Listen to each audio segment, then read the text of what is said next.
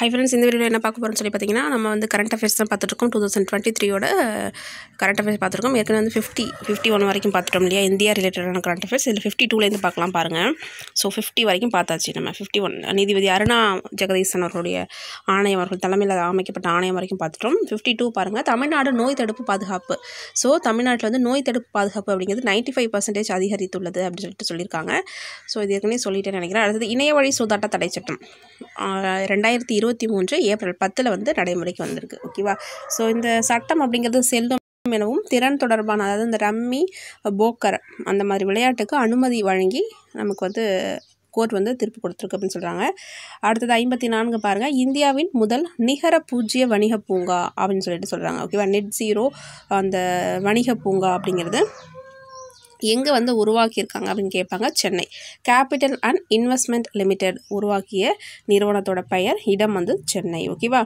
IIT Chennai முதல் சர்வதேச வளாகம் எங்கே அமைக்கப்பட உள்ளதுன்னு கேட்பாங்க. சான்சிபார் தீவில் அமைக்கப்பட உள்ளது சென்னை. ஓகேவா.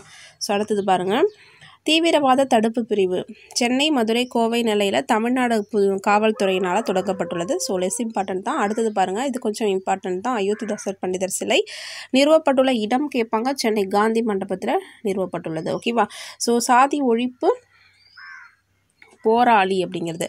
ஓகேவா. 1845 மேயில் வந்து 20ஆம் தேதி பிறந்திருக்கிறாரு, 1000 விளக்கு பகுதியில். ஓகேவா. ஸோ இவரை பற்றி தெரிஞ்சுக்கணும் அப்படின்னா 1907 ஒரு பைசா தமிழன் அப்படிங்கிற பத்திரிகையை தொடங்கியிருப்பாருங்கிறது ரொம்ப ரொம்ப முக்கியம். அதிகமாக கேட்கப்பட்ட ஒரு கொஷின் இல்லையா. கேள்வி பகுதி அப்படிங்கிறது அயோத்திதாசரை பற்றி இந்த கேள்வி அடிக்கடி கேட்பாங்க. திருப்புகழ் குழு எதற்காகன்னு பார்த்துக்கோங்க. சென்னையோட அந்த ஃப்ளட் ரிலேட்டடான ஒரு குழு வந்து அமைச்சிருப்பாங்க. அதுக்கு திருப்புகழ் தலைமையிலான குழு அப்படின்னு சொல்லி சொல்கிறாங்க. கிக் தொழிலாளர் நல வாரியம் அப்படிங்கிறது. ஸோ இந்த வயது இல்லை அமௌண்ட் அந்த மாதிரி கொடுத்துருந்தாங்கன்னா அதை நீங்கள் ஒரு தடவை பார்த்துக்கோங்க. ஓகேவா. ஸோ 18லேருந்து 60 வயதுக்கு உட்பட்டவர்கள் அங்கம் வகிக்கலாம் அப்படிங்கிறது. அடுத்து வந்து வைக்கம் சத்தியாகிரகம் அப்படிங்கிறது நூற்றாண்டு விழா கொண்டாடியிருப்பாங்க. 1924 வைக்கம் சத்தியாகிரகம் அப்படிங்கிறது நடந்திருக்கும். இன்றைய கேரள பகுதி அப்பொழுது வந்து திருவிதாங்கூர் மன்னருடைய கட்டுப்பாட்டில் இருந்த அந்த கோவில் சுற்று வட்டாரத்தில் நுழையக்கூடாது அப்படின்னு சொல்லிட்டு தடை விதிச்சிருப்பாங்க. அதுக்கு எதிராக போராட்டம் நடத்தியிருப்பாங்க இல்லையா. பெரியார் அவர்கள் போய் கலந்து கொண்டு இருப்பாங்க. ஸோ அதோட நூற்றாண்டு விழா தான் கொண்டாடியிருப்பாங்க. அதை பற்றின ஒரு கரண்ட் அஃபேர்ஸ் அப்படிங்கிறதுனால அந்த வைக்கம் சத்தியாகிரகத்தை பற்றி படிச்சுக்கோங்க. தமிழ்நாட்டோட இதில் வந்து என்ன கொடுத்துருப்பாங்க அப்படின்னா, திருவிதாங்கூர் மாகாணத்தில் தடை செய்யப்பட்ட வைக்கம் கோயிலின் பொது சுற்றுப்புறங்களுக்கு நுழைய நடத்தப்பட்ட போராட்டம் கொடுத்துருக்காங்க. ஒரு புத்தகம் வெளியிட்டிருக்காங்க. அந்த புத்தகத்தோட பெயரை பார்த்துக்கோங்க, பெரியார் வைக்கம் போராட்டம் அப்படிங்கிறது. செம்மொழி பூங்கா கோயம்புத்தூர் மாவட்டத்தில் உலக தரத்திலால் ஆன செம்மொழி பூங்காவிற்கு அடிக்கல் நாட்டப்பட்டுள்ளது அப்படின்னு சொல்கிறாங்க.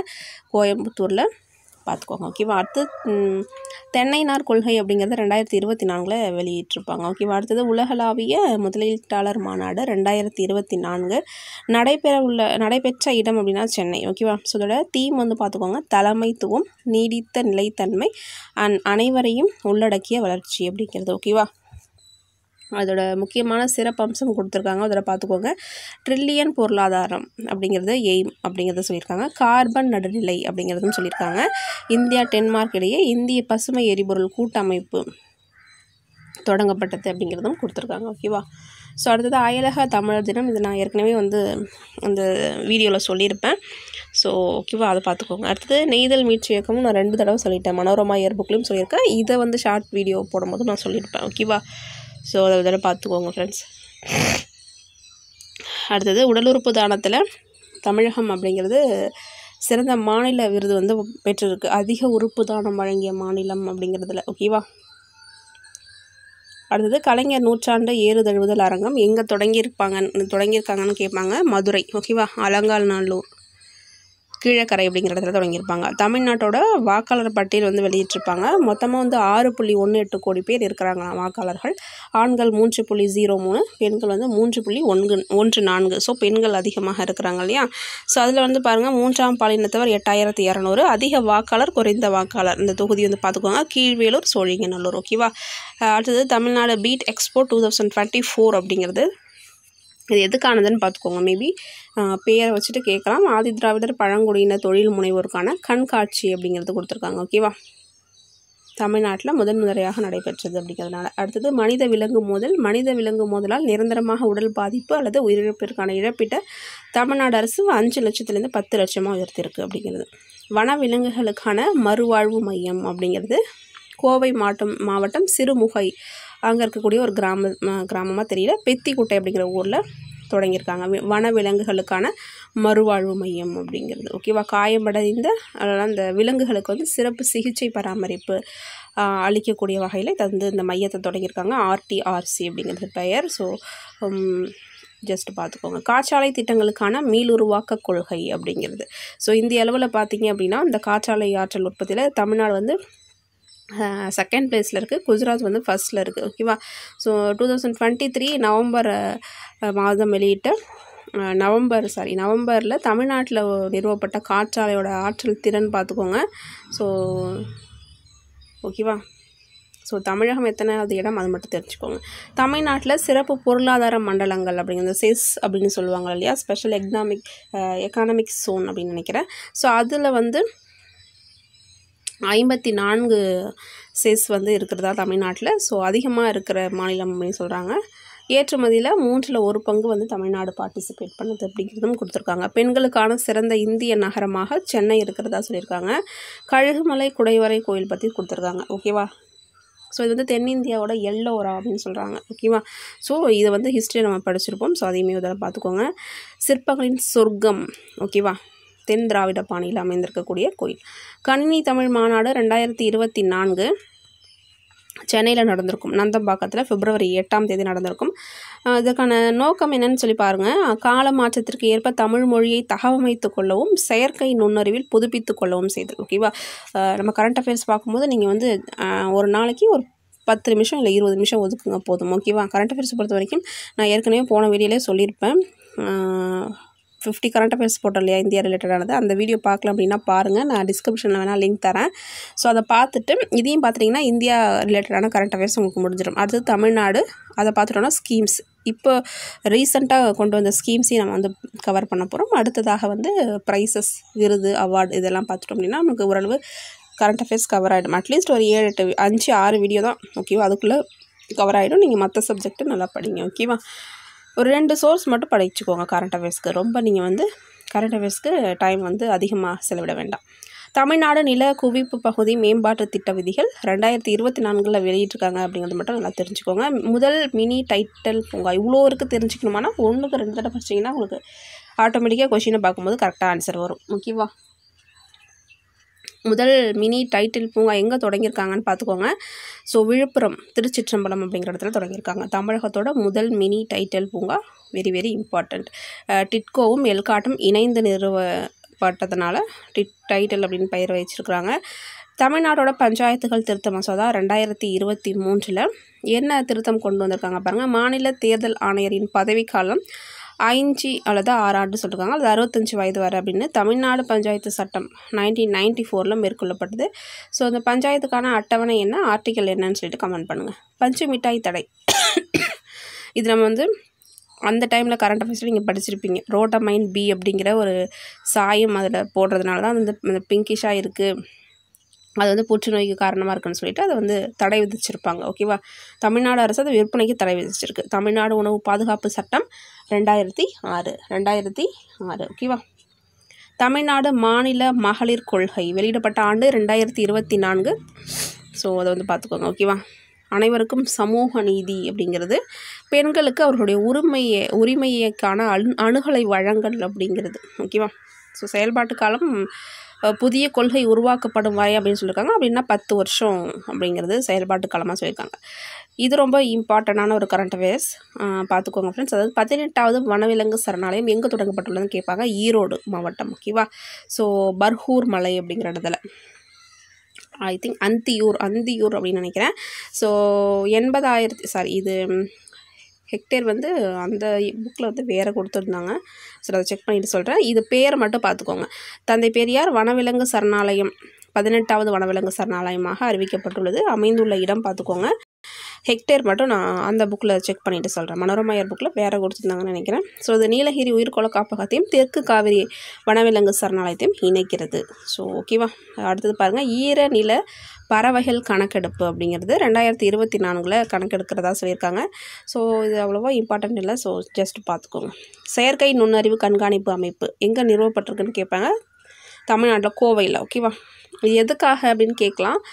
ரயில் மோதத்தினால யானைகள் வந்து உயிரிழப்பதை தடுக்கிறதுக்காக நாட்டிலேயே ஃபஸ்ட்டுங்கிறதுனால தான் ரொம்ப ரொம்ப முக்கியம். எங்கன்னு கேட்பாங்க, கோயம்புத்தூர். அடுத்து வந்து யுமாஜின் அப்படிங்கிறது சென்னையில் நடைபெற்ற ஒரு தொழில்நுட்ப உச்சி மாநாடு 2 நாள் நடைபெற்றிருக்கும்.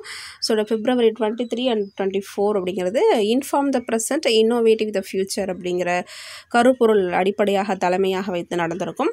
இமேஜின் 2024க்கான புத்தாக்க கூட்டாளர் மாநாடு அப்படிங்கிறது ஆஸ்திரேலியாவில் நடக்கும் அப்படின்னு சொல்லியிருக்காங்க. இது வந்து 23. ஓகேவா. அடுத்தது கீழடி அகழ்வாராய்ச்சி. இது வந்து 2014-16 இந்த மத்தியில் இந்த காலகட்டத்தில் 2 அகழாய்வு அப்படிங்கிறது நடைபெற்றதாக சொல்கிறாங்க. ஃபஸ்ட்டு வந்து அமர்நாத் ராமகிருஷ்ணனுடைய தலைமையிலையும், முதல் 2 கட்டம் அமர்நாத் ராமகிருஷ்ணன் தலைமையிலையும், 3வது வந்து ஸ்ரீராமன். ஓகேவா. ஸோ முதல் 2 கட்டங்களில் மட்டும் 5000க்கும் மேற்பட்ட பொருட்கள் கண்டுபிடிக்கப்பட்டதாக சொல்கிறாங்க. ஓகேவா. அடுத்தது வந்து 4th and 9th அப்படிங்கிறது தமிழ்நாடு அரசால் நடத்தப்பட்டது அப்படின்னு கொடுத்துருக்காங்க. தமிழ்நாட்டில் உடல் உறுப்பு தானம் அப்படிங்கிறது ஸோ எவ்வளவு அப்படின்னு சொல்லி கொடுத்துருக்காங்க.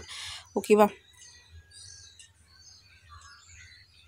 அதிகமாக எந்த மாதம் வந்து பதிவாயிருக்குன்னா ஜனவரி அப்படின்னு சொல்லி கொடுத்துருக்காங்க. ஓகேவா. அடுத்தது தமிழ்நாடு அரசோட வளர்ச்சி நிலை அப்படின்னு சொல்லி கொடுத்துருக்காங்க. ஸோ இது வந்து நீங்கள் நோட் பண்ணிக்கிறதா ரிவிஷன் பண்ணுறதுக்கு யூஸ்ஃபுல்லாக இருக்கும். ஏன்னா அதோட PDF கண்டிப்பாக ஷேர் பண்ணுறேன் ஃப்ரெண்ட்ஸ். ஓகேவா.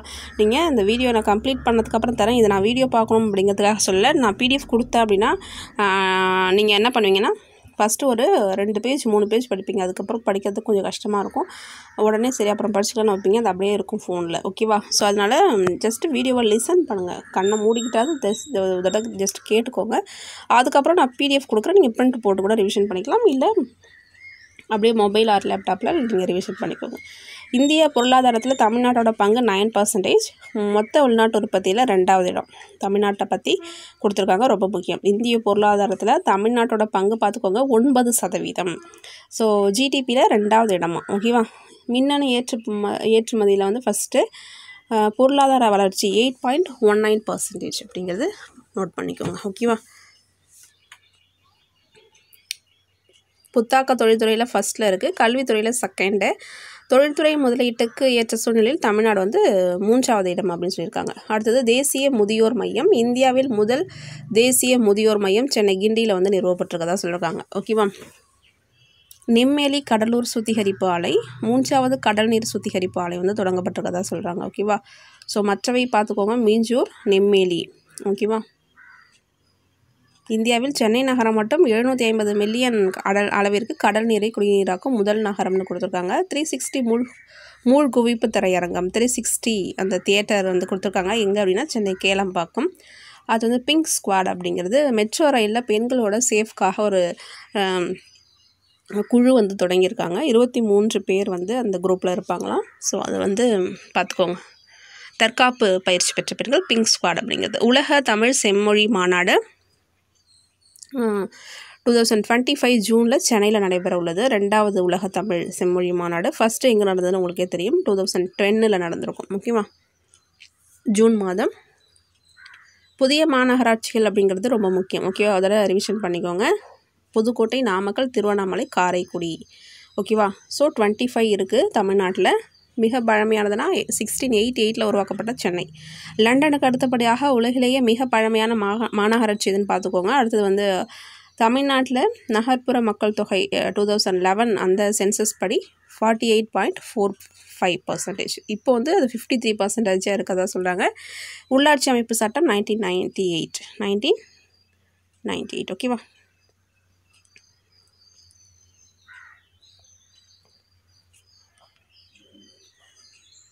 அடுத்து தமிழ்நாட்டோட எரிசக்தி திறன் பார்த்துக்கோங்க.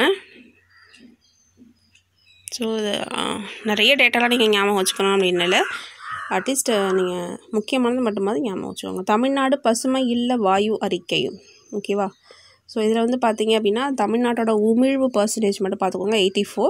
ரெண்டாவது தமிழ்நாடு பருவநிலை உச்சி மாநாட்டில் இது வந்து வெளியிட்டிருக்காங்க அப்படிங்கிறது மட்டும்தான் தெரிஞ்சுக்கணும். அடுத்தது 102 புதிய கற்கால குழந்தைகள் கல்லறைகள் சென்னை செட்டிமேடு பாத்தூரில் கண்டுபிடிக்கப்பட்டதாக சொல்கிறாங்க. இதோட காலம் பார்த்துக்கோங்க.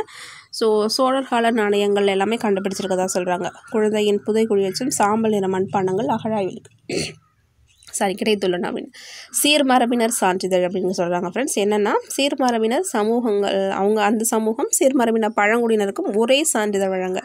தட் மீன்ஸ் எம்பிசி பிரிவின் கீழ் 20% இடஒதுக்கீடு வழங்கப்படுகிறது. மாநில அரசு இடஒதுக்கீட்டில் 68 சமூகங்கள் இருக்கிறதா சொல்கிறாங்க அந்த சீர்மரபினரில். ஓகேவா. அடுத்தது கலைஞர் நூற்றாண்டு பூங்கா சென்னையில் அமைக்கப்பட உள்ளது 6.09 இதில் பரப்பளவில். ஓகேவா. ஸோ இதோட வந்து நமக்கு